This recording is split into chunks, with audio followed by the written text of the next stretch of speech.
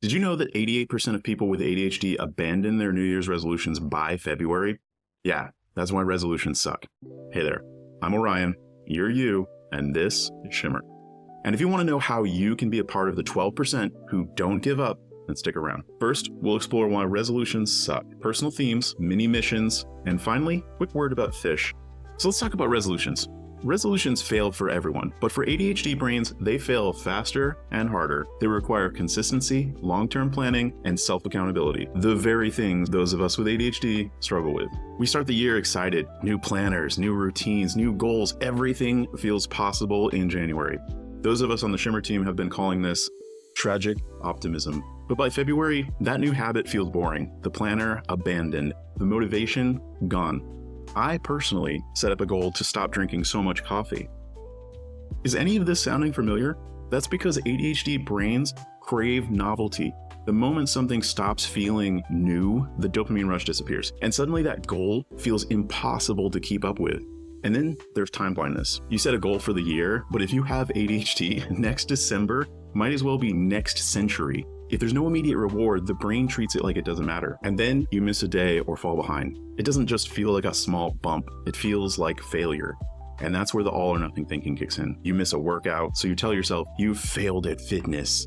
You forget to journal one morning, so you throw your journal into the graveyard of notebooks hidden in your closet. Add in executive dysfunction, the struggle to plan, prioritize, and follow through, and you've got a perfect recipe for burnout by February. Here's the good news. The problem is not you, it's the system, and we can fix the system. Instead of setting rigid goals that set you up to fail, let's talk about how to actually set ADHD-friendly goals that work with your brain and not against it. The first problem with traditional resolutions is that they rely on an outdated idea of success, where you set a goal, follow the plan perfectly, and achieve it exactly as expected. That's just not how real life or ADHD brains work. So instead of resolutions, I want you to try setting a New Year's theme. A theme is like a guiding principle. Rather than a strict checklist, it allows you to stay focused on a general direction without feeling like you've failed if things don't go exactly as planned. Let's say your resolution was, I will go to the gym and work out 5 days a week. That's a great, clear, measurable goal. But it also means the second you don't feel like going to the gym, your brain might register that as failure. And for ADHDers, once something feels like failure, it's really easy to spiral into avoidance. Instead, you could set a theme like movement or strength for the year. Now, instead of being locked into a specific routine, you have flexibility in how you apply it. Maybe one week you go to the gym. Another week you stretch at home. Another week you go for a long walk. The theme stays the same even if the way you engage with it changes. This works because ADHD brains thrive when things feel new. And a theme allows you to keep experimenting and adjusting and trying different approaches without feeling like you're constantly starting over. It also eliminates that pass-fail mentality that comes up with rigid goals. You don't fail a theme, you just keep engaging with it in whatever way makes sense for you at the time. And when you do forget about it for a while, you can pick it right back up without the guilt. The theme is still there, ready for you to return when you're able. Here at Shimmer, the team has adopted New Year, More Me as our theme. The idea here is that instead of trying to create some new version of ourselves, we focus on expanding what already works, refining our strengths, and building habits in a way that actually honors how our brains function. You may even have noticed that much of our content lately has echoed this idea. You don't need to change who you are. You just need the right systems and support to grow into more of who you are already. That brings me to the next problem. Even if you have the right approach, ADHD brains struggle with follow-through. That's because big goals, even flexible ones, can still feel overwhelming or too abstract. That's why the next step is breaking your theme into mini missions that your brain can actually engage with. Big goals are overwhelming. Even when they're flexible, ADHD brains struggle to bridge the gap between where I am now and where I want to be, especially if the reward feels far away. It's like standing at the bottom of a mountain and thinking, cool, how do I get there? I have no idea how to even start climbing this. That's why breaking goals down into mini missions is so powerful.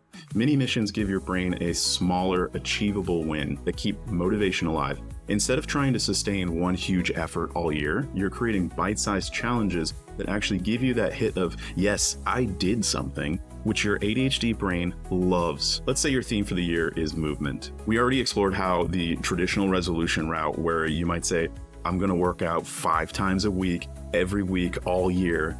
And yeah, we know that doesn't work. A mini mission approach makes that goal way easier to stick with. Instead of thinking about the whole year, we just need to think about the next 2 weeks. What's something small you can do that moves you towards your theme? Maybe for the next 2 weeks, I'm going to do a 5-minute stretch every morning. That's it. Not a full workout routine, not a new identity as gym person TM, just 5 minutes of stretching. Oftentimes, even just getting up to stretch will give you the momentum to do a bit more anyways. Now your brain isn't thinking, have to do this thing forever. It's thinking, let's just see how this goes, which makes it so much easier to start. I mentioned momentum a moment ago. I want you to replace the word motivation with momentum. So no more waiting for motivation to start. Instead, I want you to ask how you can create just a little bit of momentum. Once you've stretched for 5 minutes, you might feel like doing 10. Maybe you'll feel like going for a run. And here's the trick. The barrier to the little bit of momentum that you should be looking to create should be so low that it feels ridiculous not to do it. 5 minutes of stretching, 1 glass of water before coffee, 1 email to apply for that job. You're not committing to a whole transformation. You're just nudging yourself towards progress, 1 tiny step at a time. Progress, not perfection. And if a mini mission stops working, I want you to drop it. No guilt. Just pick a new one. ADHD brains thrive when things feel like an experiment instead of a commitment.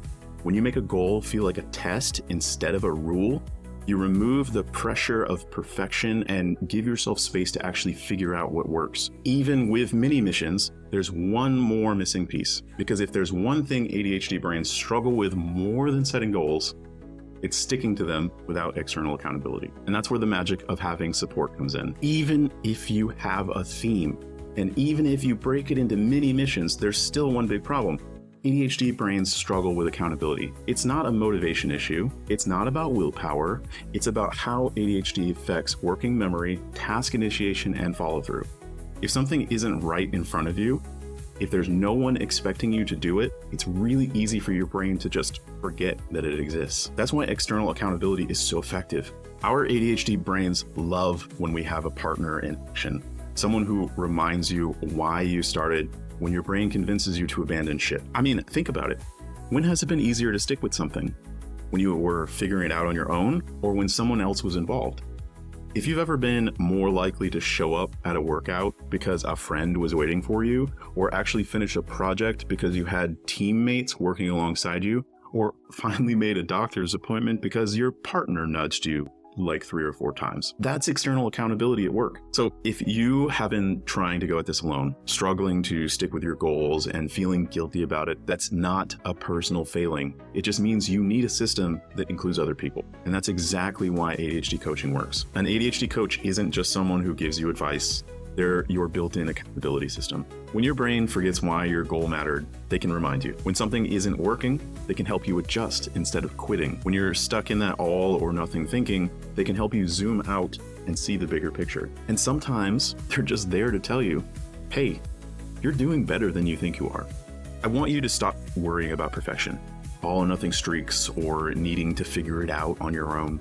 That's why Shimmer members who work with a coach are more likely to stick with their goals, not because they're more motivated or have better self-control, but because they have a support system that makes it easier to keep that momentum going. So if you're already a Shimmer member and you're feeling stuck, burnt out, or ready to throw in the towel, talk to your coach. That's literally what they're there for. And if you're not working with a coach yet, what are you waiting for?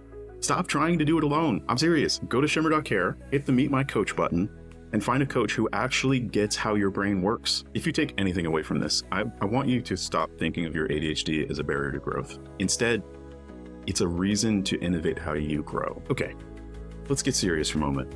Have you ever thought about the fact that somewhere around 390 and 360 million years ago, some fish looked up out of their amazing watery wonderland and thought, hey, being well moisturized kind of sucks. How about we move up onto that dry land? And now you have to work a full-time job until your skin slowly dries out and you shrivel up and die, just to pay rent. My skin is so dry. Does anyone have any good recommendations on how to return to the ocean?